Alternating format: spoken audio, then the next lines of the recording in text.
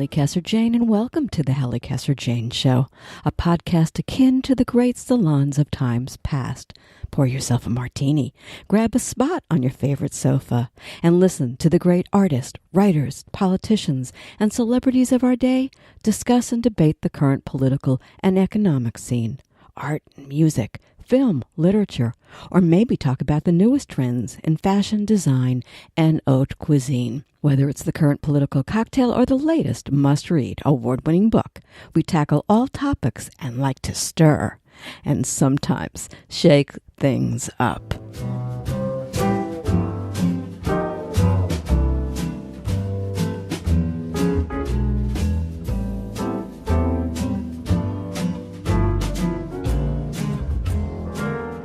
On this episode of the Halli Casser-Jayne Show, as we do every week, veteran White House correspondent Matthew Cooper and I slice and dice the current political landscape as we engage in our weekly snap, crackle, and pop political conversation.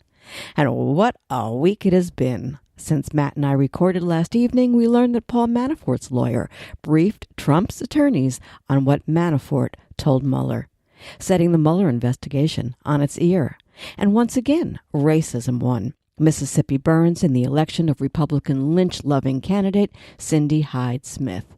The Central Americans have come, and Trump treated them, including mothers and children, to a healthy dose of gas. Paul Manafort allegedly met with Julian Assange just as he became the Trump campaign's chair, and right before Wikileaks leaked the infamous Hillary Clinton emails. The Trump administration issued a devastating climate report, and then Trump, like the Wizard of Oz told Dorothy to do, instructed the American public to ignore the facts.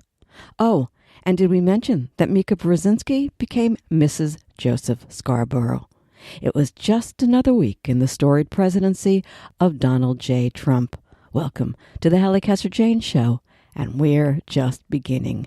Here we go. Mr. Matthew, did you have a delicious Thanksgiving? Did you eat a lot? Yes, Halli, I did.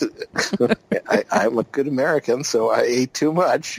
Did you cook, darling? I didn't this time, so that was a change. I usually do, and yeah, it was fun. Oh, good. All I'm glad. Good. All good. I'm glad. Gobble, gobble. As we begin the holiday season. And we do begin. What a week this has been. And I say that every week, but this is peculiar.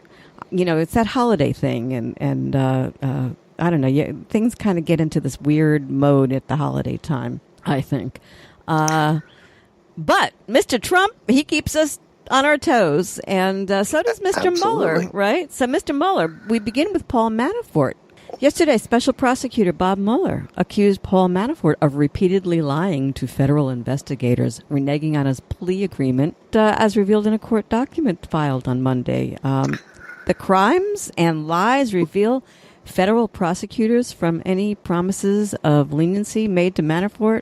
Well, they're all gone. What do you make of this? This is kind of strange. It's interesting. Well, normally if you have a plea agreement with the prosecutor, you stick with it because just this kind of thing can happen. The prosecutor can say, "Hey, plea agreement's over. We're going to bring the hammer down on you." And you remember Manafort has been wrestling with the council a lot. He originally had home detention, then he seemed to violate the rules of that, then he went into prison, then he's been dealing with him on other instances of not being keeping his word. So it's been a long road, and you wonder what game Manafort is playing. Is he hoping that Trump is going to pardon him and this will all go away, or does he think he can outsmart Bob Mueller? That's a bad bet. I think, and of course, we don't know what Mueller has on him because Mueller seems to know that he was lying about something, which means that Mueller knows a lot, knows things that Manafort didn't think he knew. So all very, very interesting. So it's intriguing, but your point is well taken, that obviously the only way he could know he was lying is if he knew he was lying and he had proof that he was lying. That I get. But I wonder if this is a blow to part of the investigation. does this help Trump, or is Trump in more trouble than he was 2 days ago? I mean, where are we on that? What is your take on that? We just don't know, because, I mean, the thing he's holding back on could be, relevant to Manafort's own tax evasion and other things, but not necessarily to things that directly pertain to Trump. I mean, it can't be good for Trump, but it's maybe not as bad as it seems, if that makes any sense. So, it's tantalizing, it's intriguing. We just don't know enough. I wonder if there was another way for Manafort to have done this. Did he have to do it in a filing so that it was open to the public? I'm not a lawyer. If he didn't have to do it that way, then there may be something to the fact that he did do it that way. Right. There's no question. I think this probably would have been a way to keep this quiet without having to... broadcasting it, if you will. Broadcast it quite so much, or you could certainly threaten the guy without taking it directly at the judge. It's a good question. I think it's... look, I think it all kind of signals that, we're getting towards the end here. Well, yeah. Maybe yes, maybe no. I'm not sure. I'll tell you what else is interesting to me. I'm curious what you think about that, and that is the timing of it. Trump had just handed over his written answers to Mueller, and then this, and it makes you wonder, right? What did Manafort say? What old Trump baby said? Were the questions that Mueller asked Trump to answer trick questions?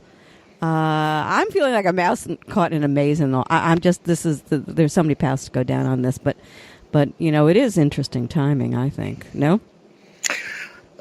Absolutely. I just I think we're playing checkers and Mueller's playing three-dimensional chess. He just knows a lot we don't know. And there's a report today that Manafort met with Assange. Julian Assange, the WikiLeaks founder. So there's a lot of stuff going on. That was next, and I think that we should delve into that a little bit. But I want to ask you something first. Manafort appeared on the scene in 2016. Now, according to this Guardian report, which they may or may not be pulling back from a little bit. I was looking at the news before we started to record. And so just to let people know that... Trump's former campaign manager, Paul Manafort, allegedly held secret talks with Julian Assange inside the Ecuadorian embassy in London and visited around the time he joined Trump's campaign, according to The Guardian. And sources have said that Manafort went to see Assange in 2013 and 2015 and then again in the spring of 2016 during the period in which he was a key figure in Trump's push for the White House. And they also say that around 2016, that's when he joined the campaign. Some months later, WikiLeaks released a stash of Democratic emails stolen by Russian intelligence officers. And, of course, Manafort denies all of this and yada, yada, yada. And when asked by The Guardian, by the way, his lawyers wouldn't comment on any of this. But I want to also say to you, Mike Pence. Because Mike Pence was brought in to the campaign strictly by Manafort. It was like a Manafort push. That's not often talked about, and I think it's important.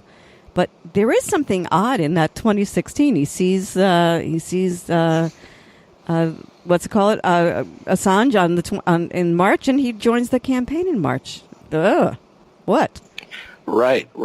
Yeah. Well, all intriguing. You just keep going back to that intriguing. There's no right. You're right. It's so hard to know what to make of it. I mean,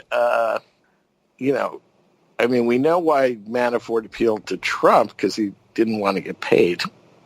He didn't ask for any money, so Trump loved that part of it. That's so easy. Right. Oh, but he was in deep financial right. Well, and he was in deep financial crap that nobody knew about at the time, Manafort. So you got to know that he figured he was getting something on the other end from it, and power wasn't something he was interested in. So that takes him back to the Russians and whomever, or the Ukrainians, or whoever it was who was paying his bills in those days. But do you remember anything quite like this in all the years? And you're not that old, but that you've been reporting. This is just weird. All of it. Yeah. No. I mean, you've got You got a lot of felonies going on here, and it's it's hard to keep track of them all. So, it's just hard to. I know. It's really, yeah. So, Manafort shuts down, or lies, doesn't think he's going to get caught, or he's willing to get caught and lie, and he's not doing anything. So, he's assuming that Trump is going to give him the great pardon. Well, that seems like a plausible interpretation here. I mean, normally you're just hanging on for dear life trying to get the best deal with the prosecutors. You don't spend your last years of your life in jail. He doesn't seem to care. But he's been, unusually coy with the prosecutor. Feigning at cooperation and then not cooperating. So that sounds like a guy who thinks maybe he can get a pardon. It also sounds like somebody who's buying time. Or somebody who's buying time, right, who's running down the clock because he thinks, okay, the midterms are over and now the president's going to come to my rescue. And, that doesn't mean Trump will pardon him. I mean, Trump, there are a lot of people who thought Trump was on their side who discovered, no. Well, Trump's on nobody's side. Trump doesn't care. Yeah, he's on nobody's Michael side. Cohen's out there realizing Trump doesn't really care. So, and I don't think Manafort should be different. So let me ask you this then. I have my thoughts. I'm curious at yours as to whether or not it serves Trump to pardon Manafort, or could it make life more difficult if he did for Trump? Well, does he lose Republicans? Yeah, I mean, there are Republicans who will be upset about that, but, I think if anything, we've learned that Republicans are less inclined to criticize Trump than people had thought. So, it's possible he could just put up with the New York Times and Democrats going crazy. Issue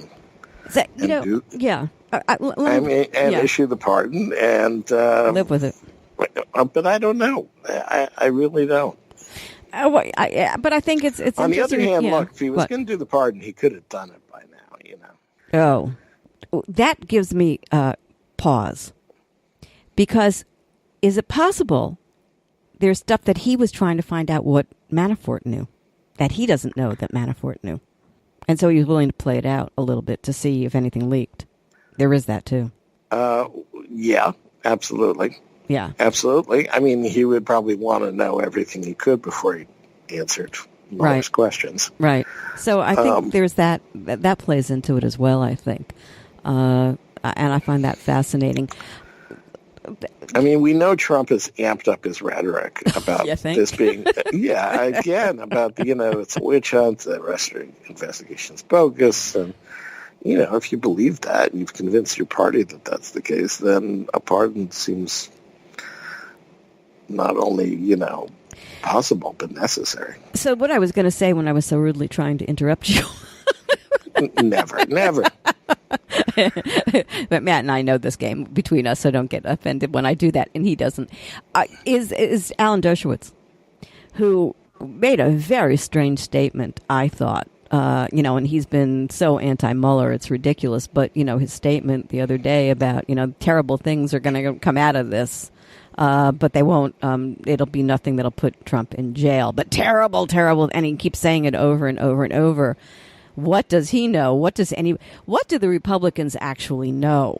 They're still sticking with this dude. The more it looks like, he's got some, I'm talking dude Trump. At what point do they go, we are in deep gaga if we continue this? Because we're going down with him. I mean, that's also interesting. I don't know if there's an answer to any of that, but I just thought I'd throw it out, unless you have something to say. Well, anytime there's been thought the Republicans would abandon Trump, it hasn't happened. So, right. I don't think we're not there. We're close to that. Okay. Before we move on, let's first report that one-time Donald Trump political aide George Papadopoulos surrendered Monday morning to Club Fed. He went to a federal medium security prison in Oxford, Wisconsin, where he's scheduled to serve a 2-week, sentence for lying to the FBI about his foreign contacts during the 2016 presidential campaign. No sunning or blue-green Mediterranean waters for Mr. Papadopoulos for 2 weeks. Small potatoes. 2 weeks. 2 weeks. 2 lousy weeks. I have to say, I find this guy... barely unpack. Yeah, really, right? Like, 2 weeks. Barely get assigned to your job. And he didn't even want to go for the 2 weeks. He was fighting it all the way down. You know, the guy is a creep, and oh my God. Okay, enough said about him. How about Roger Stone and Jerome Corsi? Let's put them into context. It appears Manafort, Stone, and Corsi all of them aren't talking. All of them are willing to go to jail for life in coordination with Trump. Obstruction of justice. What do you think, Matt? This is strange to me. I mean, all of them are sticking to their guns. Silence. Right. Well, Stone has been in business with Manafort for decades. So they go way back. And Stone, it seems, has been loving the attention. I think he seems to, be almost gleeful about all the attention he's getting. Again, it's one of those things where it seems like there's a lot of smoke there, but so far the council, there's been no indictment, there've been no charges filed. So we just got to see. I mean, Corsi has said he expects to get charged, but that hasn't happened either. So who knows? You're dealing with a lot of people who have a lot of different motives here. And, to some degree, their business kind of depends on fanning the flames. I mean, instead of dealing with Corsi, this, yeah. So, that's part of their brand is to fan the flames about this. So let's... But there does seem to be a bit of a coordination here. That all, Manafort's not talking, he's not talking, this one's not talking. Oh, yeah. And in the beginning, Manafort folded, but then changed his mind, apparently. So somebody is leaking something to somebody. That's my gut instincts. If I was reporting on this, I'd be going and talking to a lot of people and saying what's going on here. It just seems a little strange that they're all sticking to their guns. Okay. Well, the lawyers are getting rich. They always do. They always do. We picked the wrong business. Off topic. We move on. I want to wish best wishes to Mr. and Mrs. Joseph Scarborough. Yes, very exciting. Right, very exciting. Mika and Joe Scarborough, the co-hosts of Morning Joe, they were married in Washington Thanksgiving, surrounded by their many, many, many children and family, some close friends. Her second marriage, I think it's Joe's fourth. She wore white. Ladies will appreciate that, so that's why I'm talking about it. And she says she's going to become Mrs. Joe Scarborough. She's dropping the Brzezinski. She's Mika Scarborough. Mika Scarborough. Well, because she didn't take the first husband's name. No, and nor did that marriage work. Maybe she's hoping that this one. Well, it went on for it was. Yeah, she had marriage. 19 long years, marriage. I think. Yeah, long marriage. Yeah. For these times. Whatever, but her father was alive then, and maybe that had something. Well, that's true. Yeah, that had something to do it. Okay, so here's something Mika else. Scarborough. Mika Scarborough. I think they'll have more children. Yeah, you are. You're feeling your oats today. You think? I am. It's. I'm in Florida, folks, and it is 63 degrees right now in the middle of the afternoon, and it's revving me up. I'm loving it. I got to go back north. Okay, let me move on now to a new Gallup poll. 60% of Americans disapprove of Trump's job performance. 60%. The president's disapproval rating has largely hovered about in the mid-50s, according to Gallup. But this marks the fourth time it's hit 60%. So hear me go. I'm not feeling my oats. I'm feeling my nuts. Does that mean 40% of Americans are nuts or crazy? I know. I'm sorry, but that's a big number right now. Anything on that, or you just let that go? Yeah, well, I just threw it out because it was interesting it's more to me. The same to me. I mean, he's not that popular. He just got a pretty darn big rebuke at the polls. Millions more Americans voted Democrat than Republican. It translated into big seat gains,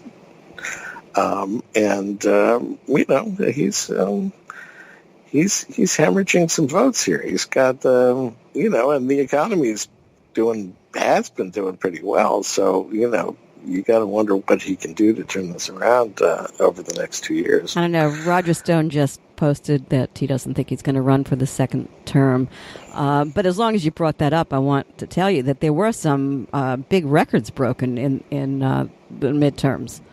I'm looking for the statistic because I actually have it here somewhere in all of my crazy notes, just how big a trouncing they took in this. And then when I come across it, I'll let you all know because it's in my huge amount of notes. All right, listen, this is a big story, the southern border and the migrants. So let me just say this to you. The Central Americans are coming. The Central Americans are coming. Right. Well, you've spent time down there. Oh, honey, I've spent a lot of time down there, and this is the biggest joke I have ever in my life. This is really joke. It's a sad day for America. Yeah. A sad, sad day for America. There are, first of all, no kinder people. Forget the gangs, which we have in our own cities that have nothing to do with their gangs. These are good, sweet, innocent people just looking for something better than what they have. I've written books about it. I, lived it. I understand this.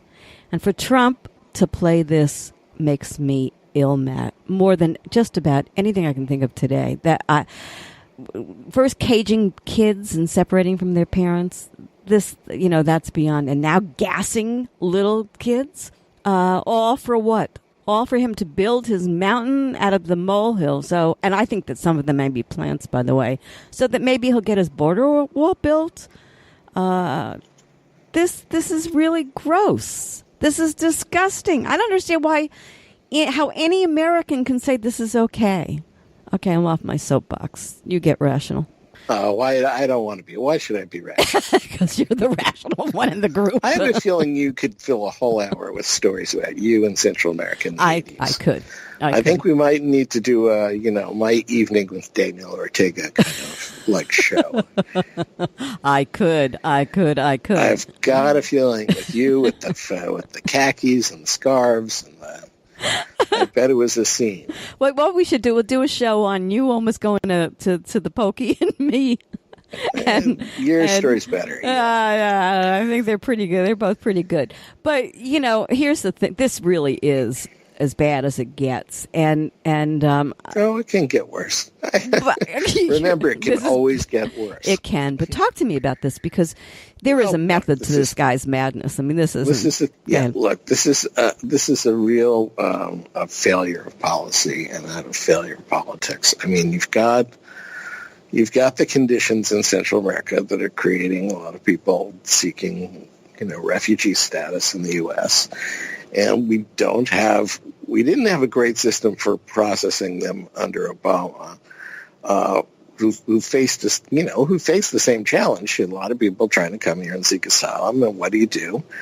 Obama did okay with it. He certainly had a more humane approach than Trump. It wasn't great, but he did what he could. Now Trump is sort of thrown up his hands. The processing of refugees is ground to a halt so that, they get backed up.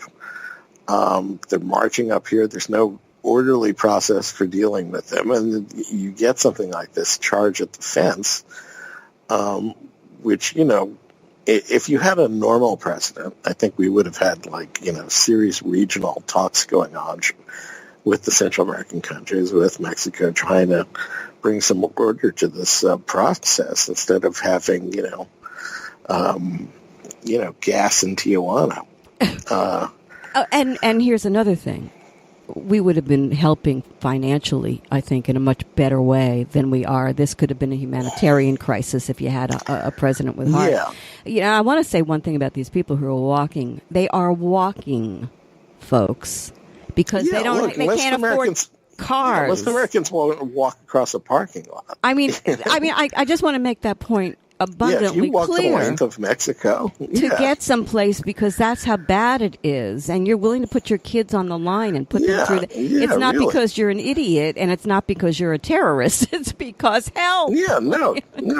Just imagine walking with your kid to California. I can't imagine walking with my kid just to go to the supermarket. What a nightmare, right? When you're a young kid. Yeah. I mean, so here's the deal. You've got to put this thing in perspective, and the cold, calculated horror of this is just so not American, and yet those 40% of America think this is okay. And I'm going to share something with you very quickly, because I had an altercation, not an altercation, that's not the right word. I had a conversation with somebody. It came out of the blue, somebody local here. You know, I always tell everybody I live in Trump country, kind of in the more of a rural area of Florida than most. And but where I live is a lovely neighborhood, okay? And across the street is a gorgeous brand new home owned by a Mexican family who actually are very wealthy and have a lot of homes, and they come here during the week while their kids are in school, and then they go off to their other cottages, wherever they may be. Lovely couple, lovely family. One of the neighbors and I were walking the other day. I was walking my dog, actually, and he kind of came on me, and I said something about that they have the most adorable dog, and he went, "They're Mexicans." I was so astonished, because I know this person pretty well. I said, "Yeah? No, they're Mexicans." And off he went on this rampage, and I discovered that nobody in the neighborhood besides me talks to these people, because they're Mexicans. Because that is how Republicans think. What? I don't know. I thought but they're rich Mexicans. They don't care. Yeah. They don't care if they have money. Okay. They're Mexicans. So it's pretty, terrible about it. And, the woman who's Kirsten, what's her name? I dislike her so much, the head of Homeland Security. The senator? Kirsten Nielsen. Nielsen. Yeah. She's the one who's doing all of this. It's a woman. Yeah. And, Trump wants to dump her because he doesn't think she was tough enough. Right. I'll say that Kellyanne Conway today did say everybody should feel for parents of children who are going through this. I don't know what that means, because nobody knows anything that she says what it really means. But she said it, which is one step above. Yeah, well, you welcome anything that sounds remotely human. But, look, I don't think the Democrats have distinguished themselves here either. No, I agree. In the sense that they, they've sort of kept saying, oh, the caravan is 2,000 miles away. What's the big deal? Oh, it's 1,000 miles away. What's the big deal? Well, eventually it got here, and, they didn't really have a good proposal put forward on dealing with this. And so I think that's a very fair point, but I also think, and it's not in defense of, I said at the beginning, this is kind of a weird time because we're in no man's land now because, the election's over, so to speak, and where we are is, January 3rd, everything's going to change. And I think that the Democrats are in that no man's land, and they're doing all their prep for what's going to happen on January 3rd so they can hit the ground running. They don't want to go crazy, make waves, and there are still elections like one tonight or tomorrow out there, or tonight, actually. It's today, right? Right, it's today. And we'll talk about it in a second. But yeah, that's why I think we're in a very strange part of the party. I found my note. Here's what I said to my... Democrats won the House with the largest margin of victory in history for either party, and yet the Dems don't seem to be rejoicing and instead are arguing like kittens in a litter for Mama's tit. Right, Nancy Pelosi is going to be the next Speaker of the House, and this dust-up continues to go. Although it looks like it's going to be it'll be her, and everybody's kind of backing off their train. But that was the factoid. This was huge, this election, but nobody is playing it for how huge it really was. It broke all historical records. Can we just make a punctuation of that? No, I agree. Right, I mean, I think you have the slow returns that they, didn't. They picked up a lot more seats as the days carried on from the election, and then so much focus on Beto and Gillum and Abrams that when they all lost, that took a little wind out of the sails of Democrats, but it shouldn't have. No, I absolutely shouldn't have, because they did what they needed to do which was very important. And, we don't know what's going to happen. So with the Senate, but it certainly could have been a lot worse. Anyway, you play it with the Senate. So, Trump can say what he wants, but, gerrymandering saved his butt. You're listening to the Halli Casser-Jayne Show. The Halli Casser-Jayne Show posts new podcasts Wednesdays, 3 p.m. Eastern at hallicasser-jayne.com and is available wherever you listen to your podcasts. Be sure to find me on Google Podcasts, Spotify, Apple Podcasts, on all your favorite apps. You can find the Halli Casser-Jayne Show on your Alexa device, too. Just say the Halli Casser-Jayne Show.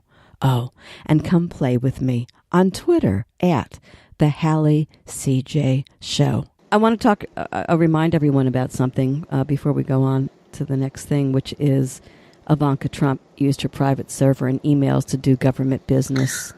That lasted 15 seconds. Yeah, right. Lock her up.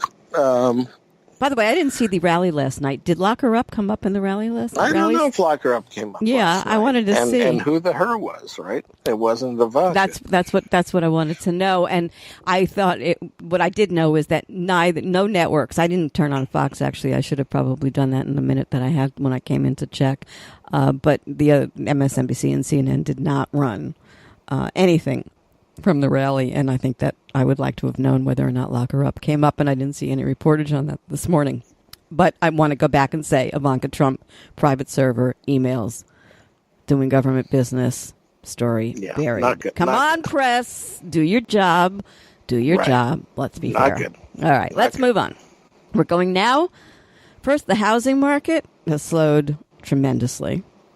Goldman Sachs says there are fundamental drivers to the slowdown in the housing market, none of which are likely to soon reverse, which I think is interesting. The mortgage rates, of course, have increased, but, not by like gazillions. They're still lower than they've ever been. House prices have grown faster than rents and incomes since 2012. Exacerbating the impact for rising rates, and the 2017 tax law changes reduced the tax benefits of owner-occupied housing relative to renting. I want to say this. Renting is insane. The cost to rent is the highest I think it's ever been. It is responsible a lot for homelessness all across the United States. I'm a renter, so I know I'm the a renter, feeling. and I know the feeling, and I have to tell you something. It dawned on me. Any other administration would have looked at this in a heartbeat and said, uh-oh, this could cause trouble. We need to straighten this story out, right? And Trump doesn't. But what does Trump do for a living? He rents. He's like a huge renter. He rents... Has apartments. He's got apartments in New York. He rents them, right. You can't... They're not sold? They're not bought? No, some are, some aren't. He's got rentals all over the place. The son-in-law is about to build up who was broke 10 minutes ago, by the way. Jared is buying up one of the biggest properties on the West Side right now. I'm going, okay, this is interesting. Gazillion dollars the kid made. Remember, he had to sell the magazine. He was in such bad shape 2 years ago. What happened to how they were getting welcome on 666 Fifth Avenue. Right. Like, don't you love going to... I wish I could... Somebody... I'll go to Washington. I'll be the president. You wind up rich. Just be his assistant. Living in public housing. Right.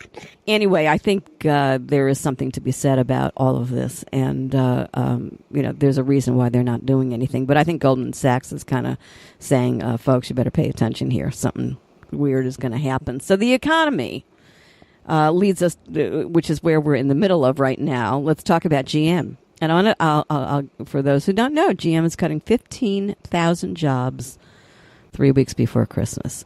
Unbelievable. Amid criticism from President Trump in January of 2017, General Motors announced plans to invest an additional $1 billion in manufacturing in the United States and said it would add up to 7,000 jobs in the U.S., a decision it admitted was years in the making. Trump thanked them. They were all good friends. Less than 2 years later, here we are. Monday, they said it would take overhaul that would lead to $6 billion in cost reductions by 2020, including shuttering up 5 plants in the U.S. and Canada, and again slashing 15% of its salaried workforce to a total of some 14,700 jobs. By the way, after losing $1 billion due to Trump's trade war. They're like, hello, Yeah. Talk to me. Well, first, can we talk about the end of passenger cars, like the end of sedans? I mean, they're killing the Impala. Not that I ever owned one. My mother did. My mother had that 1959 with the convertible with the big wings. Right. She had that car. It's bizarre. I mean, the Impala is a 70-year-old brand that's, so integral to Chevy, and they're just, and the same thing happened at Ford. They killed the Fusion and other sedans. People are just like turning on sedans. Well, there aren't any families I don't totally anymore. Get it. Like, do they all pretend they're going camping in their SUVs? I mean, I don't know what's so great about SUVs, but everyone seems to love them. What's so funny to me is, I recently came back from Europe, and their cars couldn't get, and Mickey Mouse can't get into their cars. Right. And we are now building these cars, and then we scream about the fact that the price of oil goes up, and I don't care what they do with the engines. It still consumes a whole lot more when it's an SUV than when it's a little tiny, tiny In my engine. day, you didn't see the luggage. The luggage went in the trunk. It wasn't bouncing around the back where you could see it. Well, maybe if you had a station wagon, but... Well, the owner of me being the owner of an SUV... Well, luckily, and a small car too, but I just want to say that this is unbelievable, and all those people in Ohio in Youngstown who voted for Trump and revoted, I'm going, ha ha ha, you bought his crap. You bought his crap. What do you think about GM doing this though? I mean, I guess she runs the business, whatever her name is, the CEO, but.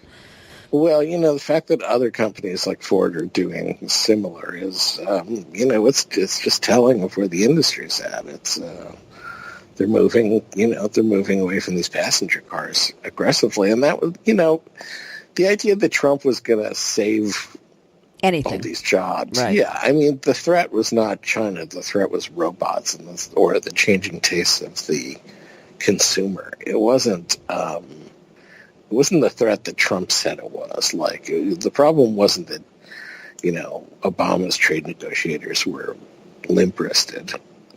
The problems were different than what he said, and of course he has no answer for them. And so, unfortunately, we're in these sort of trade disputes with China, and it's hard to see what we're getting from them. It's hard to see where we're going with this. I mean, he doesn't believe in multilateral trade deals, so we've pulled out of the Trans-Pacific Partnership. China's taking our place. He doesn't believe in the WTO, the World Trade Organizations, which would be the forum to take a lot of these trade disputes, and where we probably would stand a good chance of winning. I mean, let's just say we're not getting tired of winning. You think? It's curious to me when you see this kind of stuff going on, what happens when he's not in office to all of this? Does any of this revert back to normalcy? Relationships with other countries, will they ever forgive us for this? Is this a glitch or is this the future of America? It's something I think about a lot. What happens when the fever breaks? Right. Assuming the fever will break at some point. See, I don't see the fever breaking because I think it's the people. I don't know. Yeah, I don't think we go back to Mitt Romney and George Bush. Yeah. Yeah. No, I think I don't think we do either. Yeah. And that's going to be devastating because the country is moving in a very odd direction. I don't want to be judgmental because that's not fair either, because I think every generation brings its own trip to the zeitgeist, if you will.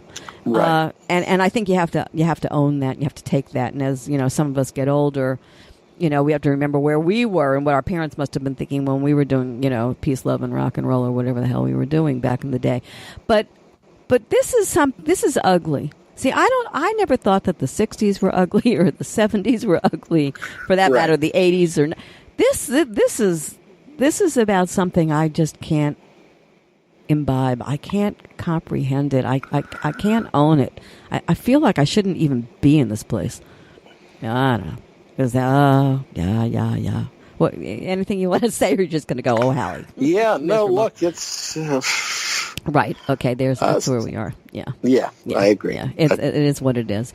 A little trivia, Trump stiffing, apparently, the Arizona airport, going after Trump, they are, for emergency funds that were forced to use on the rally for losing GOP candidate McSally.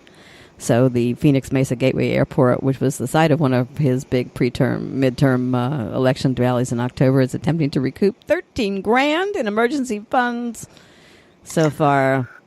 Yeah, well, they join a long list of people. Yeah, there were a whole bunch of those this week, by the way. I wish I'd written them down. Charities. Yeah, he's owing contractors. Yeah. Oh, my God, people. He just doesn't like to pay bills. It's not his big thing. No, not a good thing. Not his thing. No. So let's go south. Let's go further south. This conversation's already gone to Mississippi and the Cindy Hyde Smith versus Dem Mike Espy. This just took me away. Aren't you excited to see more women in the Senate? Hush. Here's what Hugh Hewitt, who I will take on at any trip. I think he's a very dangerous guy in the guise of the Mr. Clean. He said, and he's an MSNBC contributor. They had him on a show. They pulled out. They pulled him out of the show though because they knew he was getting he was more radical than they thought he was. Quote, "She's a perfectly acceptable Republican," he said right before you and I went to tape. "I'm not embarrassed by her. No one is. Everyone is down there campaigning for her because she's a very reliable Republican mainstream candidate." What the hell? Now, I'm throwing something out. Remind me if I've said this to you before on air, because I've certainly written it and you've probably seen it. I am calling Trump the Neo-Confederacy. And I've been doing that now for about 6 months. And I've been tossing it out. I got a little... I saw that my friend Max Boot picked it up and used the phrase himself, which was very flattering to me the other day. But that's what I think we have here. It's a Neo-Confederacy. Trump is as Jefferson Davis. Led by the most New Yorker ever. Go figure. Right. Go figure. But this woman... This is not just a little slip of the tongue about lynchings.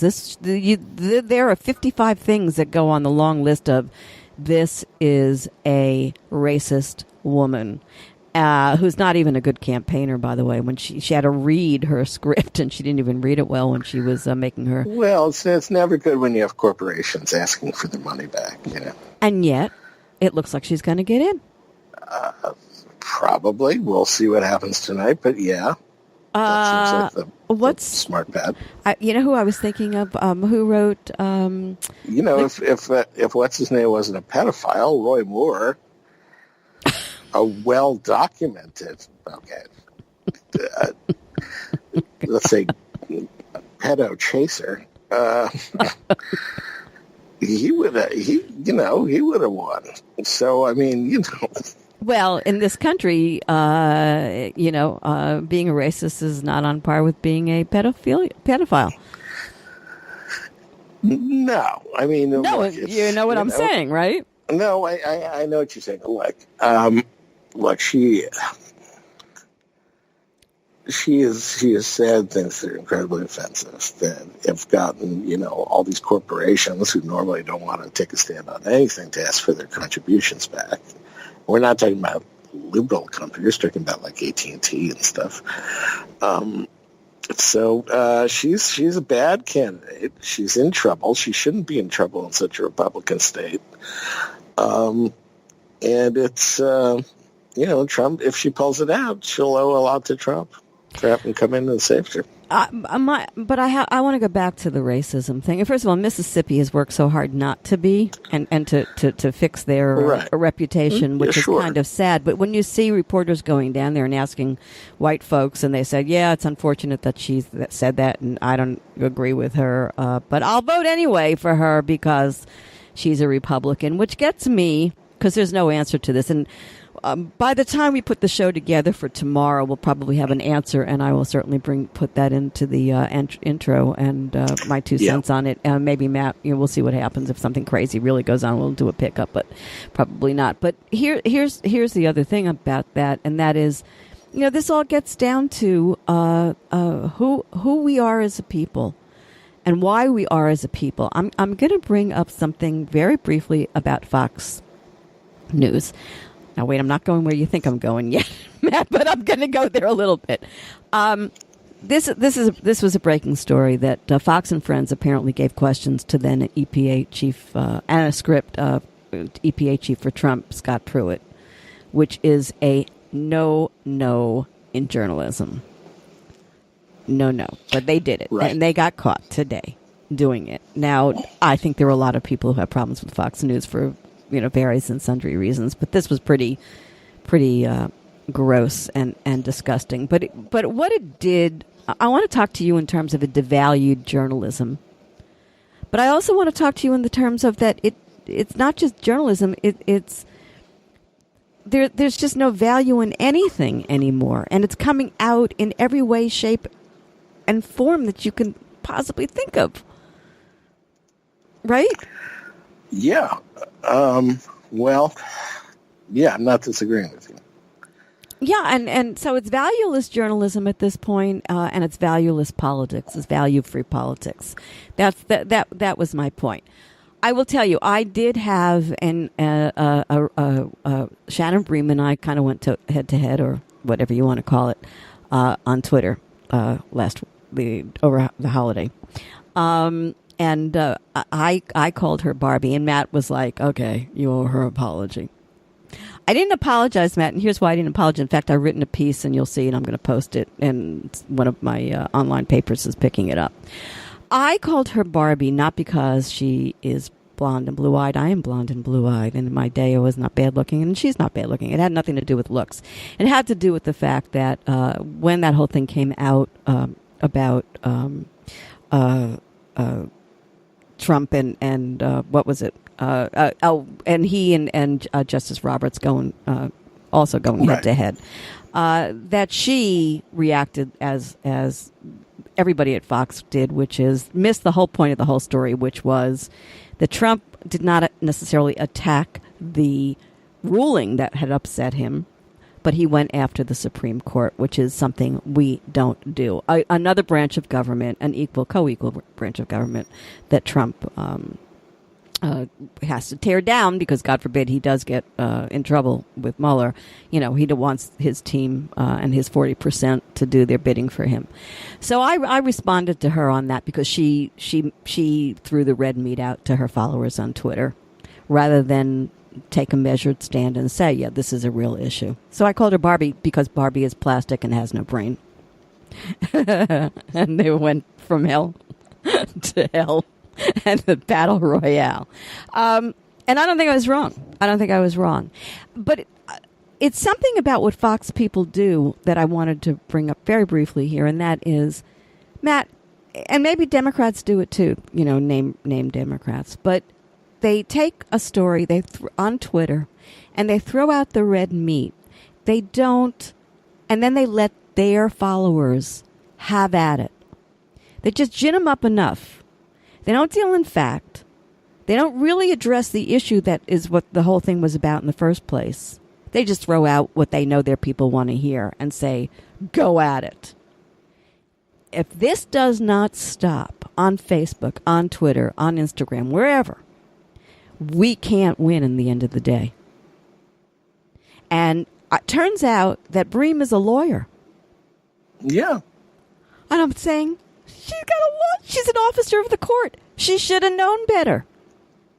So this is not okay with me. And this is embedded in our society right now. And all we've been talking about this whole show, frankly, I think boils down to this is the problem. And when Fox News starts doing that kind of stuff, everybody else is going to do it because everybody wants money and ratings. Okay. You want to say anything about that, or have I done my soapbox? No, I hear what you're saying. I don't think we need to belabor it. I wouldn't have called her that. No, of course. It's right. I don't think it furthers your legitimate criticism.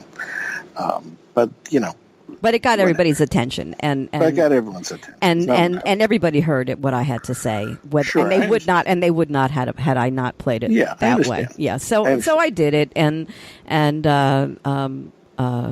I don't feel like I owe her an apology because I just don't feel like, because I don't like what she was doing, which is, I think, uglier than what I did. But that being said, I thought I'd throw it out there, and I'll be posting the piece on Inside the Hopper, which is one of the pages at hallicasser-jayne.com, and Matt can read it because I didn't discuss it with him, what I said. I just wanted to make sure Matt had nothing to do with it. It was between me and Shannon. No. I just wanted to make sure that we're all big boys and girls. Right. I just wanted to make sure we're clear. Okay. So, one of my favorite tweets this week, I can't remember who said it. I wrote it down and I lost the name because I couldn't read my own handwriting, so forgive me, whoever you were. Scientists landed a spacecraft on a proverbial dime on a planet 40 million miles away that rotates at 241 meters per second. Think we should trust scientists on climate change stuff? Great tweet, huh? Black Friday, Trump administration releases a report that said that the average global temperature is much higher and rising more rapidly than anything modern civilization has experienced, and it's going to cost the economy billions of dollars, lives, Florida going to sink into the ocean. Right. Hello. I mean, what is going on? And Trump says, I don't believe it. Yeah, well, hey, at this point, at least they released it. Somehow it got through. It's like, that's it, huh? I think this was major. I think this. Look, no, the report is incredibly significant. It's a huge effort across the government. It confirms a lot of what has been out there before, and was, if anything, more alarming. And So, can I ask you a question? Yeah. My wise friend Matt, I have to ask you this: if they were to take this seriously, the Republican Party, which cares about nothing but making money, think of the money in building new businesses that made solar panels, that did all the things that needed to be done, that built the. Well, I don't get this. Can you explain this to me? Because naive Halli, I really don't get this. Well, I don't totally get it either. I mean, obviously Trump has his special sort of bonds to Appalachia and the miners, which has been a shrinking part of the economy for a century. I don't know. I don't get it because businesses, obviously, insurance companies are making their calculations based on climate change. They're not ignoring it. I mean, as you see in Florida, anyone who's involved in construction or insurance or anything knows that water levels are rising. They can't turn a blind eye to it. I don't know. I think we could, in the 90s, there was a big environmental debate about acid rain. It was really affecting plants in the Northeast. These were not, chemicals that changed the Earth's temperature, but they were having destructive effects. And there was a debate, Democrats wanted more regulation, Republicans wanted less. They wound up with the, famed cap and trade system. The legislation was largely effective. You don't hear about acid rain anymore. That was like a normal debate. You could have a normal debate about climate change that was sort of along those lines. Hey, how should we do this? What's the right way to go? What's worth it? What's not?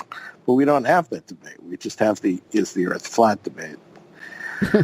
And like I said, so to me, billions and billions and billions of dollars could be made on this, and so it makes absolutely no sense. But it goes back to the whole thing with the Shannon Bream followers, which is, just say it, we'll believe it, we'll pass it along, and there you go. Change the subject. Let me change, because there's no answer to that right now. Right. But I'll be curious to see what Dems do about that in the next. No, I hear you. Couple of years. Our friend Beto O'Rourke. Yeah. I think he's changed his mind about his possible national run in 2020. He's thinking about it. Yeah. Well, I think didn't take long. I mean, he doesn't have a job. He's going to be unemployed in a few weeks. Why not? Why not strike while the iron's hot? I think if we've learned anything from Obama and Trump, it's that, unlikely candidates can win without conventional political careers. And actually, he has more than a lot. I mean, he was in the House. And he has more, right, exactly. So, I don't know. Do you see him as top of the ticket? Or you see him as... I think I'm sure, why not, I mean, it could happen. He's going to have a lot of competition, so let's see what happens. Yeah, well, I think the idea that you have to be in office or have to have served a certain number of years in the Senate, I think that's kind of gone now. If it's... I don't see him that way. I see him as a man who, he was in the House and he knows his politics, and right. So he's a little bit more than I think, certainly than Trump was. But so we'll have to see. But he's still a politician, and I think that's interesting. I hear you. Right. So I want to say that the FBI paid a visit to activist actor Tom Arnold. So are we back in Hoover's kind of FBI? That is bizarre. That's a little weird. And nobody's making hay out of it. No, I understand what you're saying. Okay. Just thought I'd throw that out and say, oi. And then there is this. The White House says that Gina Haspel is not going to be able to give her briefing to the Senate on the Khashoggi murder. I find that on par with the FBI paying a visit to Tom Arnold. By the way, I can't believe Haspel is the head of the CIA, for those who don't know. Right. I can't believe they won't let her do that. That's a big, if Congress should not put up with that. Well, we'll see what they do about that. Yeah. But there's a pattern here. No, I hear you. We end with a bang. Which is? The NRA reported today that they lost $55 million in income this year. I love it. That's a lot of it's a lot of income. It's my understanding they're on the heels of bankruptcy, which I find fascinating because they are starving. The beast is being starved, but they're still powerful. Yeah, well, a lot of members. I mean, the power is the membership, not the money. Right. Well, the membership and the money together. The money helps, but it's if you're a member of Congress, you don't fear the check, you fear the votes, and. Yeah, it's interesting. Well, they spend a lot. They've got a huge headquarters. They've got a lot of employees. It's a big glass palace out in Virginia, and I'm not shocked here. I don't think they're going to have as many employees, and they may have to sell their beautiful headquarters in Virginia, and those kids in Parkland. God bless them. I think they got a lot to do with it. We may see something change. As far as the NRA. Maybe. And that would be a good thing. Maybe. All right. Anything else, my friend? No, we're good. We're good? You got everything? Next week. I'm all good. I'll see you next week.